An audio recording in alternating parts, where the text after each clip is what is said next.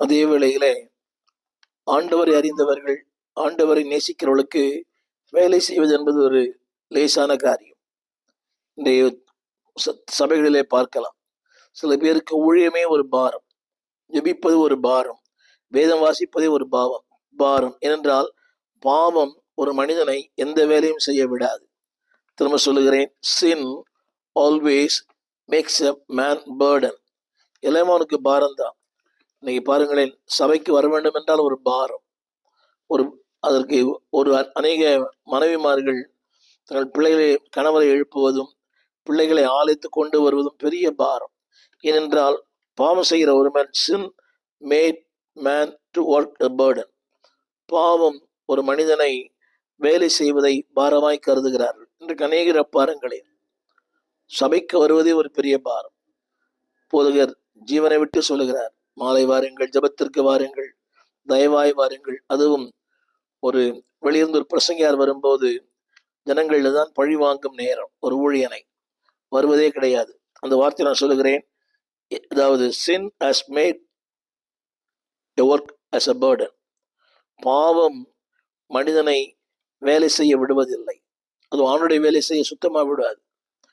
உலகத்துக்கு வேலை செய்கிறார்கள், வயிற்றுக்காக வேலை செய்கிறார்கள், ஆனால் தேவனுக்காக வேலை செய்வதில்லை. காரணம் என்னவென்றால், தங்கள் சுயத்துக்காக வேலை செய்கிற அநேகர் உண்டு. காலை முதல் மாலை வரை பணம் பணம் பணம். அநேகரை பார்க்கிறேன். ஞாயிற்றுக்கிழமை கூட அரசாங்க விடுமுறை, ஆனால் வேறு வேலை செய்கிறார்கள். அநேக இந்த கார்பெண்டர், இந்த கட்டட தொழிலாளிகள், எலக்ட்ரீஷியன், இவங்களை பார்த்தீங்கன்னா அவள் 6 நாள் நல்ல வேலை செய்கிறாங்க. கவனிங்கள், நல்ல சம்பளம் இந்த கார்பெண்டருக்கும் கொத்தனார்களுக்கும். அந்த ஞாயிற்றுக்கிழமை கூட அடுத்த ஒரு கம்பெனியில் வேலை பண்ணுறாங்க. பட் ஸ்டில் அடுத்த கடையில் போய் அடுத்த இடங்களில் வேலை செய்கிறாங்க. ஞாயிற்றுக்கிழமை ரொம்ப டிமாண்ட். இன்னும் வீடுகளில் சும்மா இருக்கிறாங்க பார்த்தீங்களா, அன்னைக்கு தான் அவங்க அழைக்கிறாங்க. பிளம்பரு, கார்பெண்டரு, இந்த கொத்தனார்களை, பெயிண்டர்லாம் அன்னைக்கு தான் அழைக்கிறாங்க. வேண்டாம் அன்பானவர்களே, ஆண்டவர் உங்களை என்னையும் அவருடைய பணி செய்ய அழைத்திருக்கிறார். அந்த பணியை விட்டு ஏதோ ஒரு பணி உங்களுக்கு உண்டு. ஆராதிப்பதற்கு பெரிய வேலை, துதிப்பது ஒரு வேலை, திருச்சபையில் உங்களுக்கு ஒரு வேலை உண்டு. நீங்க போனாலே அது பெரிய ஆசீர்வாதம் தான். நான் சொல்ல விரும்புகிற அந்த கருத்து என்னவென்றால், கவனிங்க, ஆண்டவருக்கு நீங்கள் வேலை செய்யும் போது God will develop your character. உடைய பண்புகளை தேவன் விரிவாக்க செய்வார். Not only developing. கவனிங்க, ஆண்டவருக்கு வேலை செய்வது என்பது ஒரு மகிழ்ச்சியான ஒன்று. அது எந்த வேலையா இருக்கலாம். முதல்ல உங்கள் குடும்பத்துக்காக வேலை செய்யுங்கள், ஆண்டவருக்காக வேலை செய்யுங்கள். நாளின் செய்தி என்னவென்றால், கிறிஸ்தவனும் அவனுடைய பொறுப்புகளும். பொறுப்பற்ற தகப்பனாய் அல்ல, பொறுப்பற்ற கணவனாய் அல்ல, பொறுப்பற்ற விசுவாசி அல்ல, பொறுப்பற்ற தேவனுடைய பிள்ளையா அல்ல, ஒரு பொறுப்புள்ள தேவனுடைய பிள்ளையாய், பொறுப்பான கணவர்களாய். இந்த அநேக குடும்பங்களில் துக்கமான ஒன்று, கணவர்களுக்கு பொறுப்பே இல்லை. பாவம் அந்த தாய்மார்கள் வேலை செய்து கடினமான உழைத்து அதிலிருந்து அந்த கணவருக்கு அவர்கள் காசு தராங்க. அதிலிருந்து பணம் வாங்கி குடிக்கிறார் அந்த மனுஷன். என் அன்பு தேவ பிள்ளையே, God created you for a work. தேவன் உங்களை ஒரு சிறந்த வேலைக்காக, ஒரு சிறந்த பணிக்காகத்தான் உங்களை தேவன் தெரிந்து கொண்டார். என்றைக்கு அதை நீங்கள் புறக்கணிக்கிறீர்களோ அன்றைக்கு வாழ்க்கையில உயர்வு இல்லை. Don't neglect God's responsibility. தேவன் தந்த அந்த பணியை புறக்கணிக்க வேண்டாம். அதுக்கு பல காரணங்களை சொல்றாங்க. அசதி, தூக்க மயக்கம், என் பலவீனம், 6 நாட்கள் கடினமாய் வேலை செய்கிறேன், 7வது நாள் எனக்கு ஓய்வு. பாருங்களேன், இன்றைக்கு துக்கமான காரியங்கள். மாலை ஆராதனையில மக்கள் வருவதே இல்லை. அநேக சபைகளில் கேட்டா சொல்றாங்க, they neglect God's work. தேவனுடைய வேலையை, தேவனுடைய ஆலயத்தை. கவனிங்க, எவ்வளவு நீங்க அது புறக்கணிக்கிறீங்களோ அவ்வளவு உங்களுக்கு ஆசீர்வாத குறைவு. திரும்ப சொல்கிறேன், you are designed and designated for God's work. தேவனுடைய வேலைக்காக, அவருடைய பணிக்காகத்தான் தேவன் உங்களை என்னை அழைத்திருக்கிறார்.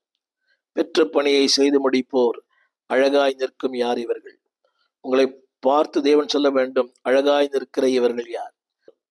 தேவனுடைய காரியங்களில் அவருக்கு ஈடுபாடு இல்லை. ஆரம்பத்தில் சொன்னது போல, ஆலயத்திலே, ஜபத்திலே, ஆராதிப்பதிலே, துதிப்பதிலே they are not interest. துக்கமான ஒன்று. என் அன்பு தேவ பிள்ளையே, இந்த நாளிலே ஆண்டவர் சொல்லுகிற ஒன்று கவனியுங்கள். ஆரம்பத்தில் சொன்னேன், you are created for a great work. நீங்கள் ஒரு பெரிய வேலைக்காக நீங்கள் அழைக்கப்பட்டீர்கள், அதற்காக உருவாக்கப்பட்டீர்கள். நெகேமியா சொல்லுகிறான், நான் ஒரு பெரிய வேலை செய்கிறேன், நான் இறங்கி வரக்கூடாது. ஆண்டவர் உங்களையும் என்னையும் ஒரு பெரிய வேலைக்கு என்று அர்ப்பணித்திருக்கிறார். அன்பானவர்களே, தேவனுடைய நோக்கம் அதுதான். இந்த நாளில் ஒரு 3 குறிப்புகளை நான் சொல்ல விரும்புகிறேன். The dignity of the work. வேலை என்பது விருப்பம் அல்ல, கட்டாயம். 2 தெசலோனியர் 3ஆம் அதிகாரம் 13ஆம் வசனம். இந்த வார்த்தை இப்படி சொல்லுகிறது, சகோதரரே, நீங்கள் நன்மை செய்வதில் சோர்ந்து போகாமல் இருங்கள்.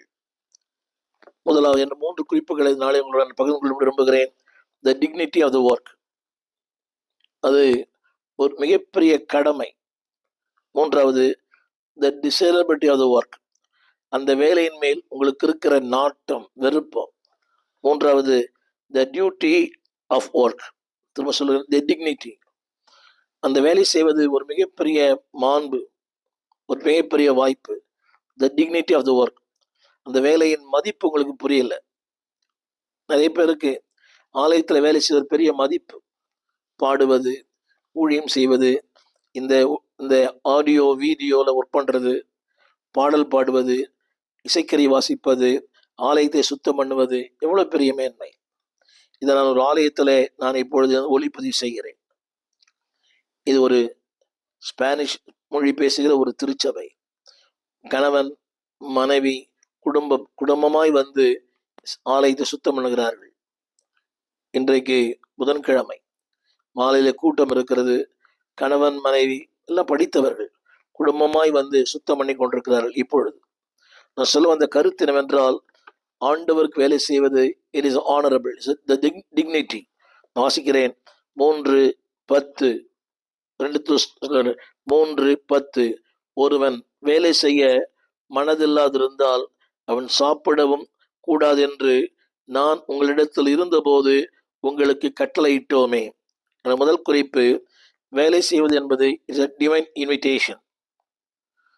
கவனிங்கள், it's not invitation, it's initiation. தேவன் சொல்லுகிறார், வேலை செய்ய மனதில்லாதிருந்தால், அது எந்த வேலையா இருக்கலாம். ஆலயத்திலேயோ, நிறைய பேருக்கு வேலை செய்ய மனதே இல்லை. துக்கமான விஷயம், பாவம். ஆண்கள் பெண்கள் சம்பாதித்து ஆண்கள் சாப்பிடுகிறார்கள், இவ்வளவு கேவலமான ஒன்று. பல காரணங்கள், உடல் சரீரம், பலவீனங்கள், அது சரியல்ல. திரும்ப சொல்லுகிறேன், நீங்கள் வேலை செய்ய மனதில்லாதிருந்தால் அவன் சாப்பிடும் கூடாது என்று நான் உங்களுக்கு கட்டளையிட்டோமே. It's a God's commandment. தேவனுடைய கட்டளை. முதல் குறிப்பு, இட்ஸ் a divine initiation. தேவனுடைய கட்டளை இது. 3:10. நாட் ஓன்லி அந்த வேலை செய்ய வேண்டுமானால் you must have a divine association. தேவனோடு தொடர்பு இல்லை என்றால் வேலை செய்ய மனது இருக்காது. 3:12. அந்த வார்த்தை இப்படி சொல்லுகிறது. அந்த வார்த்தை, அதாவது அமைதலோடு வேலை செய்து தங்கள் சொந்த சாப்பாட்டை சாப்பிட வேண்டும் என்று நம்முடைய கர்த்தராகிய இயேசு கிறிஸ்துவினாலே அவர்களுக்கு நாங்கள் கட்டளையிட்டு புத்தி சொல்லுகிறோம். நான் குறிக்கிற விரும்புகிற வார்த்தை என்னவென்றால், இட்ஸ் a divine association. ஆண்டோடு நெருக்கம், ஆண்டவரோடு சரியான ஒரு உறவு இல்லை என்றால் எந்த வேலை செய்ய முடியாது. எந்த வேலை, குடும்பத்துல உறவு இல்லாவிட்ட வேலை செய்ய முடியாது. ஏன்? பொறுப்பற்ற தகப்பன்மார்கள், because they don't have association with the family. குடும்பத்தோட ஒரு பொறுப்பு இல்லை. பிள்ளைகளை பற்றி அநேக குடும்பங்களை பார்க்குது. அந்த பெண்கள் படுகிற பாடுகள், பாவம். அநேக வீட்டு கடினமான வேலை செய்து தங்கள் பிள்ளைகளை காப்பாற்றுகிற தாய்மார்கள் ஏராளம் இருக்கிறார்கள். பிள்ளைகளுக்கும் பொறுப்பில்லை, கணவனுக்கும் பொறுப்பில்லை, மகனுக்கும் பொறுப்பில்லை, அதை குறித்த கவலையே இல்லை. திரும்ப சொல்ல காரணம் என்னவென்றால், there is no association. ஒரு தெய்வீக அந்த ஆண்டரோடு உறவு இல்லாதவங்க இப்படித்தான், எந்த வேலை செய்ய மாட்டாங்க. அந்த 12ஆம் வசனத்தை நான் வாசிக்கிறேன், கேளுங்கள். அதாவது இப்படி, அதாவது அவர்கள் அமைதலோடு வேலை செய்து, நான் இங்கு சொல்லப்படுகிற வார்த்தை என்னவென்றால், அந்த அமைதியுள்ள ஒரு வாழ்க்கை. தேவனோடு அவங்களுக்கு அந்த நெருக்கம் இல்லை, சக மனிதரோடு நெருக்கம் இல்லை. நன்றாக கவனிச்சு பாருங்க, இந்த வேலை செய்யாதவங்கள்லாம் யாரோடு நெருக்கமா இருக்க மாட்டாங்க. தேவனோடு இருக்க மாட்டாங்க, குடும்பத்தாரோடு நெருக்கமா இருக்க மாட்டாங்க, சக மனிதரோடு நெருக்கமா இருக்க மாட்டாங்க, பிள்ளைகளோடு நெருக்கமா இருக்க மாட்டாங்க, மனைவியோடு நெருக்கமா இருக்க மாட்டாங்க. காரணம் என்னவென்றால், அவர்கள் ஆன்ம சொன்னது போல அவர்கள் வேலை செய்வதற்கு மனம் இல்லாதவர்கள். இப்படி சொன்னாங்களுக்கு புரியும். சோம்பேறித்தனமான வாழ்க்கை. ஒன்றா குறிப்பி சொல்ல என்றால், அன்பானவர்களே, அவர்கள் யாதொரு வேலையும் செய்யாமல் வீண் அலுவற்காரராய் ஒழுங்கற்று திரிகிறார்கள். ஒன்று பார்த்தீங்களா? வேலை செய்ய மனதில்லாதவர்கள் வீண் அலுவற்காரராய் ஒழுங்கற்று திரிகிறார்கள். இன்னைக்கு பாருங்களேன், என்னை கேட்டுக்கொண்டு அன்பு பிள்ளையே, யாதொரு வேலையும் செய்யாமல், இரண்டையும் சொல்ல விரும்புகிறேன். குடும்பத்திலும் வேலை செய்யறதில்லை, சபையிலும் வேலை செய்யறதில்லை, டிப்டாப்பா வந்து டிப்டாப்பா போறது வேதனையான ஒன்று. அவருடைய வாழ்க்கைக்கு அர்த்தமே தெரியவில்லை. எதிர்காலம், நித்தியம், பரலோகம், எதிர்கால வாழ்க்கை, சந்ததி, they doesn't bother about anything.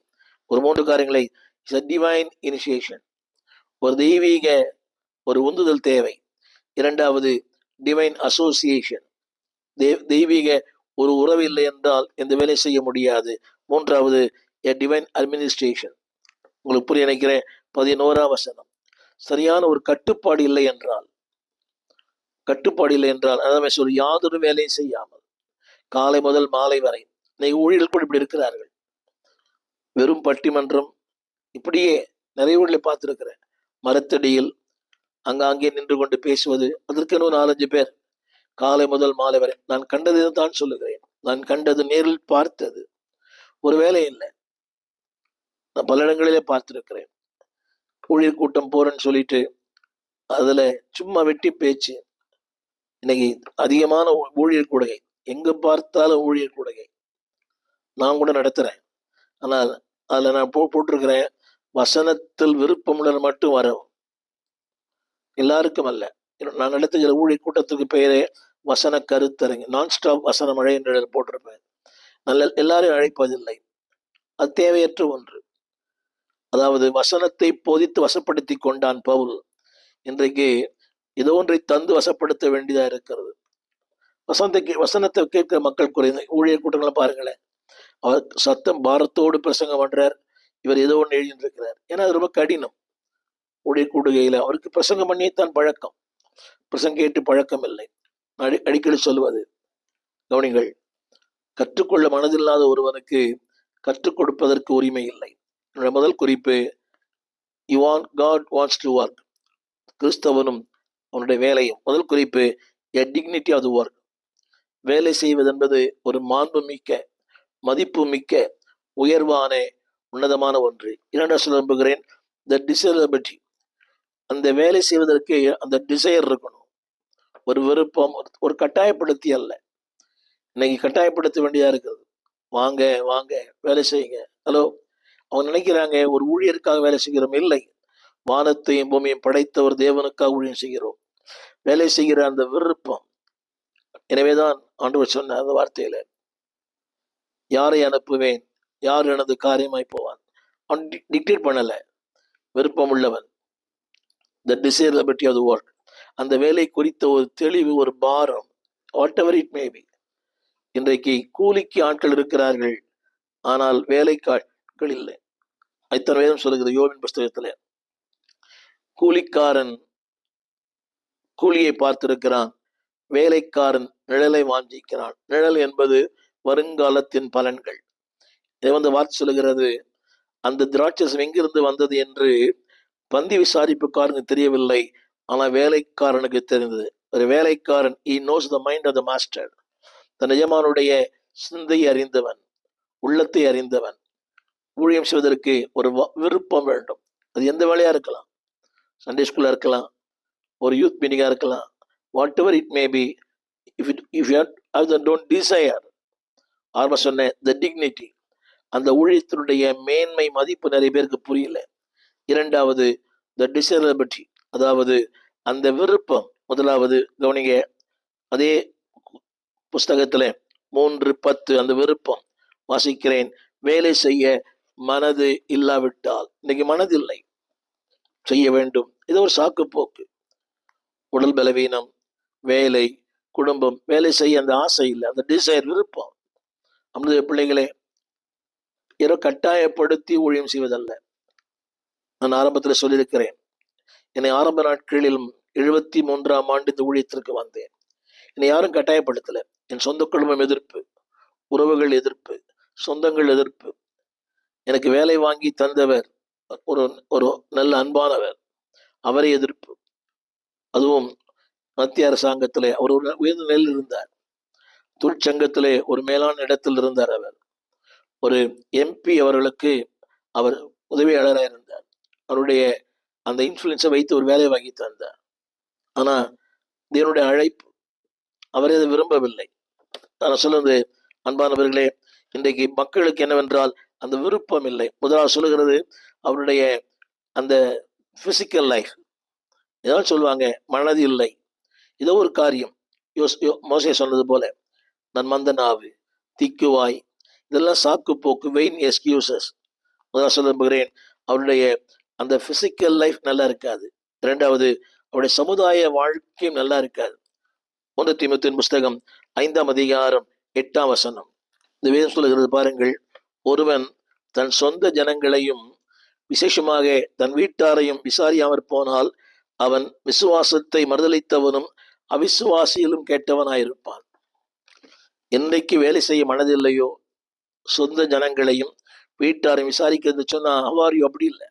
To take care, to take interest. அந்த குடும்பத்துக்காக பொறுப்புள்ளவனாய், பொறுப்புள்ள தகப்பனாய், பொறுப்புள்ள ஏதோ ஒன்று.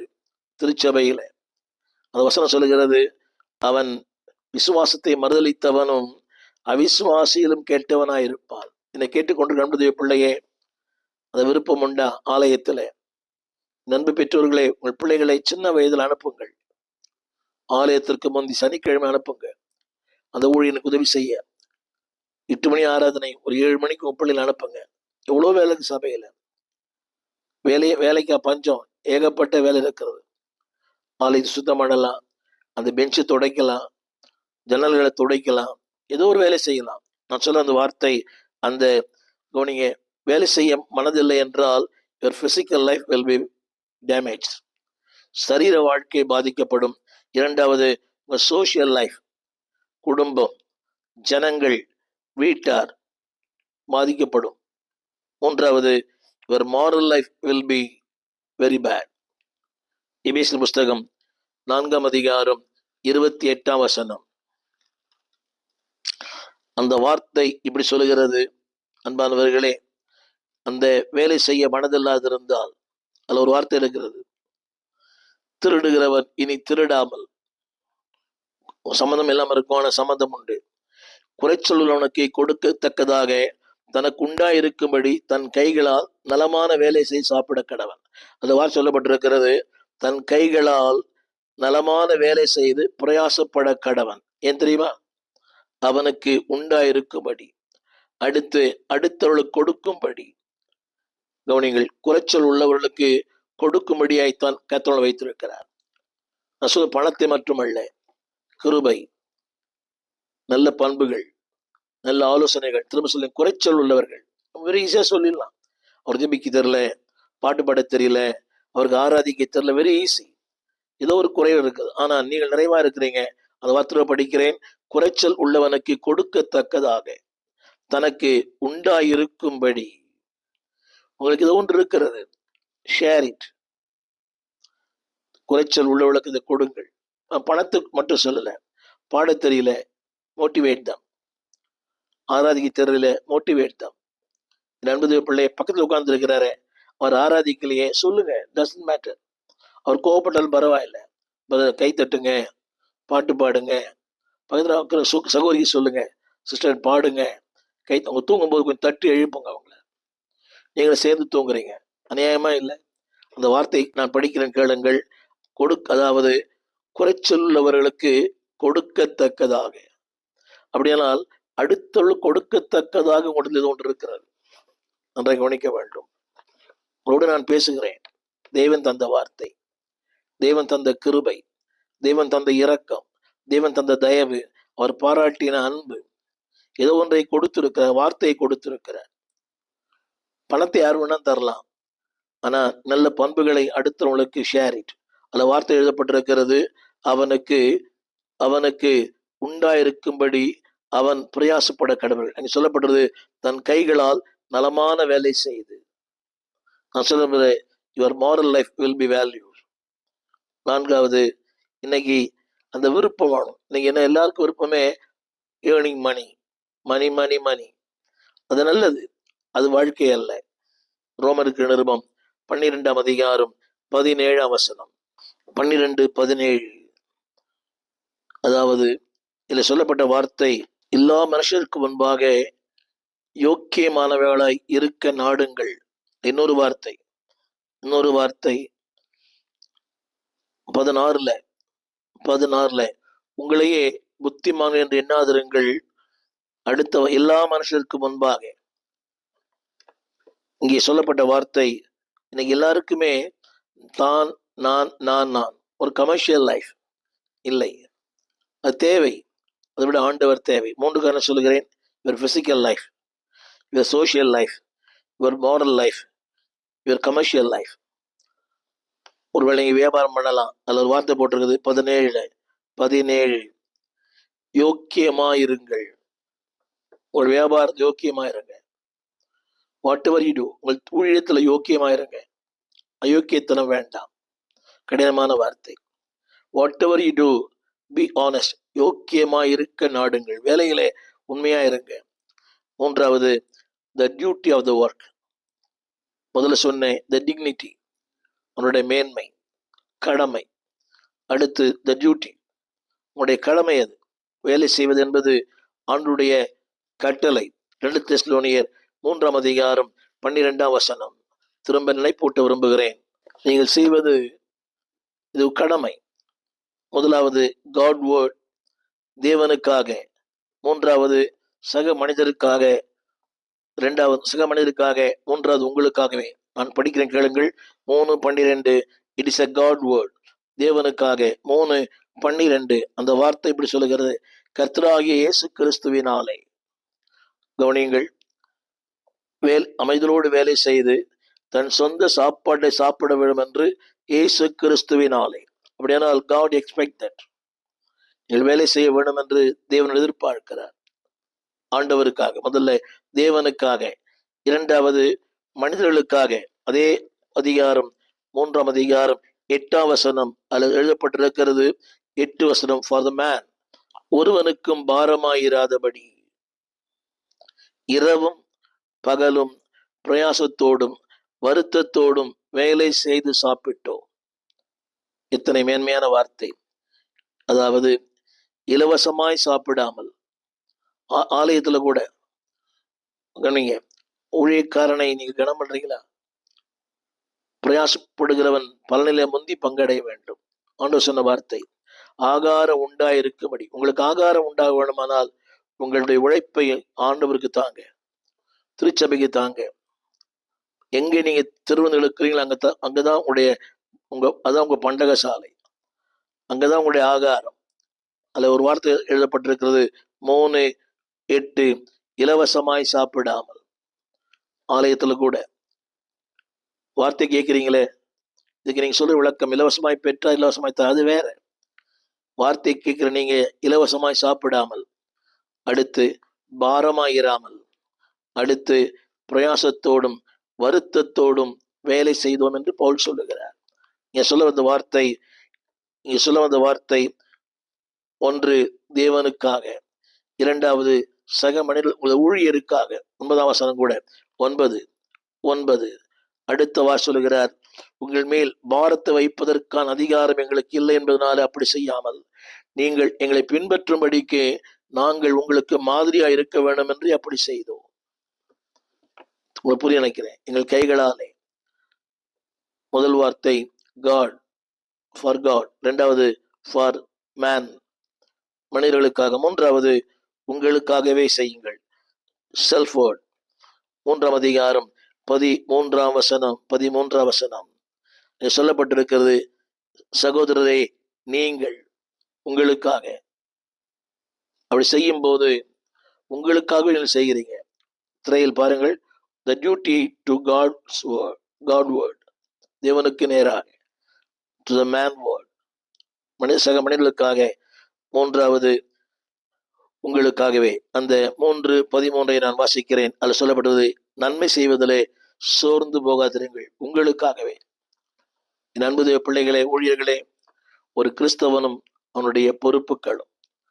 ஆண்டவரை உங்களை என்னை படைத்ததே என்னை நம்பி அவர் தந்த பொறுப்பு. ஆரம்பத்தில் சொன்னேன், the dignity of the work, உங்கள் வேலையினுடைய மேன்மை. இரண்டாவது, the desirability, அதாவது உங்களுடைய அந்த விருப்பம், டிசையர், அந்த விருப்பம், வாஞ்சை, யாரோ உந்தி தள்ளுவதல்ல, the desire of the work. மூன்றாவது, the duty, அது உங்களுடைய கடமை. கண்ணியம் என்பது வேற, கடமை என்பது வேற. வேலை செய்வதற்கு கண்ணியமான, ஆண்டவருக்கு வேலை செய்வது கண்ணியமானது. உலகத்துல சொல்றாங்க கடமை, கண்ணியம், கட்டுப்பாடு. உலகத்திலேயே அது அவசியம் என்றால் இதனுடைய ஊழியத்தில் அதை விட அவசியம். நாளின் செய்தி, கிறிஸ்தவனும் அவனுடைய பொறுப்புகளும். கேட்டுக்கொண்டிருக்கிற அன்புடைய பிள்ளையே, நீங்கள் யாராயிருந்தாலும் நம்பி அவர் தந்த பொறுப்பை ஒரு வருவரை நிறைவேற்றுங்கள். ஆரம்ப சொன்னேன், இட்ஸ் a divine initiation, ஒரு தெய்வீக உந்துதல். இரண்டாவது, a divine association, தேவனோடு இருக்கிற நெருக்கமான உறவை தான் செய்ய முடியும். மூன்றாவது, டிவைன் அட்மினிஸ்ட்ரேஷன், தேவனுக்கு உரியது. கவனிங்கள், தேவனால் ஆளப்படுவது. அது உங்களுடைய சரீர வாழ்க்கைக்கு பயன்படும், சமுதாய வாழ்க்கைக்கு பயன்படும், உங்களுடைய ஆன்மீக வாழ்க்கைக்கு பயன்படும், அதாவது உங்களுடைய தொழிலுக்கு கூட அது பயன்படும். டூ யுவர் டியூட்டி, உண்மையாய் செய்யுங்கள், உத்தமமாய் செய்யுங்கள், சிறப்பாய் செய்யுங்கள், பரலோகம் மகிழும். எனவே முடிந்தால் அந்த 2 தெசலோனியர் 3 அதிகாரம் 6 முதல் 13 வசனங்களை வரை வாசியுங்கள். அது அழகா, ஆங்கிலம் அழகா சொல்லப்பட்டது. 2 தெசலோனியர் 3:10. If anyone not work, neither should he eat. வேலை செய்ய மனதில்லாது இருந்தால் அவன் சாப்பிடும் கூடாது. நான் சொல்லுகிற எல்லாமே ஆலயத்துல, தனிப்பட்ட வாழ்க்கையில கவனிங்கள். அதற்காகவே நீங்கள் உருவாக்கப்பட்டீங்க. ஆரம்ப சொன்னேன், sin makes duty burden. பாவம்தான் வேலையை வலுவாக்குகிறது. பாவம் இருக்கும்போது வேலை செய்ய முடியாது. நீங்க பாவத்தை விட்டுட்டு வாங்க, everything will be easy. எல்லாமே கடினமா இருக்கிறது. சின்ன வேலை கூட கடினமா இருக்கிறது. ஆனா தேவனோடு சேர்ந்தால் பெரிய வேலையும் சின்ன வேலையா தெரியும். நெகேமியா சொன்னார், நான் பெரிய வேலை செய்கிறேன், நான் வரக்கூடாது. நான் ஒரு பெரிய வேலைக்கார் நாம் வந்திருக்கிறோம், அழைக்கப்பட்டிருக்கிறோம். பில்லிகிராம் சொன்னார், கவனிங்கள், நான் அமெரிக்க ஜனாதிபதியாக இருப்பதற்கு அவருக்கு அழைப்பு வந்ததான். அவர் சொன்னார், பெரிய வேலை செய்கிறேன், அதை விட கீழான வேலை நான் செய்ய விரும்பவில்லை. எனவே மேலான வேலைக்கு அழைக்கப்பட்டிருக்கிறீங்க, மேலான ஒன்றுக்கு அழைக்கப்பட்டிருக்கிறீங்க, மேலானவருக்கு அழைக்கப்பட்டிருக்கிறீங்க. Do it for God's glory. Your moral life, your social life, your commercial life, your personal life will be elevated. உயர்த்தப்படும், மேன்மை அடையும், உயரும். தேவன் தான் உதவி செய்வாராக. அவருடைய பணியிலே இதையாகிலும் செய்யுங்கள். உங்களுக்கு ஜெபிக்க விரும்புகிறேன். ஜெபிப்போம். வானத்தையும் பூமியையும் படைத்த நல்ல ஆண்டவரே, நாங்கள் உமக்கு பணி செய்யவே எங்களை அழைத்திருக்கிறீர். You are designed and designated. எங்களை நம்பி தந்த பொறுப்பு, கிறிஸ்தவனும் அவன் பொறுப்பும். பொறுப்பற்ற மக்களாய் அல்ல, பொறுப்புள்ளவர்களாய், குடும்பத்திலே பொறுப்பு, திருச்சபையிலே பொறுப்பு, ஊழியத்திலே பொறுப்பு, தனிப்பட்ட வாழ்க்கையிலே பொறுப்பு, சக மனிதரோடு இருக்கிற அந்த பொறுப்பு. எஸ் லார்ட், உண்மையாய் செய்ய, உத்தமாய் செய்ய. அப்படி செய்யும் போது personal life, physical life, social life, moral life, ஒரு கமர்ஷியல் லைஃப் எல்லாமே சிறப்பாக இருக்கும். எனவே சும்மா பார்வையாளராய் அல்ல, ஆண்டவருக்கு எதையாகிலும் செய்ய, பக்தன் சொன்னது போல ஏதாகிலும் ஒவ்வொரு நாளும் செய்ய வேண்டுமே. இரக்கம் செய்யும், தயவு பண்ணும். கேட்கிற ஒவ்வொருவரையும் உங்களுடைய ஊழியத்தில் ஏதோ ஒன்றை செய்ய அவரை உந்தி தள்ளுவீராக. பாரம் தாரும், அப்படிப்பட்ட எண்ணங்களை தாரும், அப்படிப்பட்ட வாஞ்சைகளை தாரும், விருப்பங்களை தாரும். இஸ் ஆனரபிள் ஒர்க், கண்ணியமானது, மேலான ஒன்று. அப்படி செய்ய எங்களுக்கு பலன் தார். ஆண்டவர் இயேசுவின் நாமத்தில் ஜெபிக்கிறோம் நல்ல பிதாவே, ஆமேன். அம்மா தேவ பிள்ளைகளே, இதனுடைய ஊழியத்தை கனத்தோடு செய்யுங்கள், கனவீனத்தோடு அல்ல. உயர்த்தப்படுவீர்கள். நீங்களும் உங்கள் குடும்பங்களும் செழித்து வளரும்.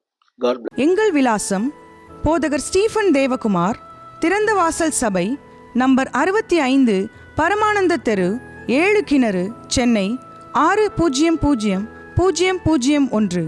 தொடர்புக்கு 9841839287. மேலும் 044-4318-330. எங்கள் மின்னஞ்சல் stephenopendor@gmail.com. எங்கள் தேவ செய்திகளை யூடியூப் சேனலில் பார்த்து பயனடையுங்கள். தேவன் உங்களை ஆசிர்வதிப்பாராக.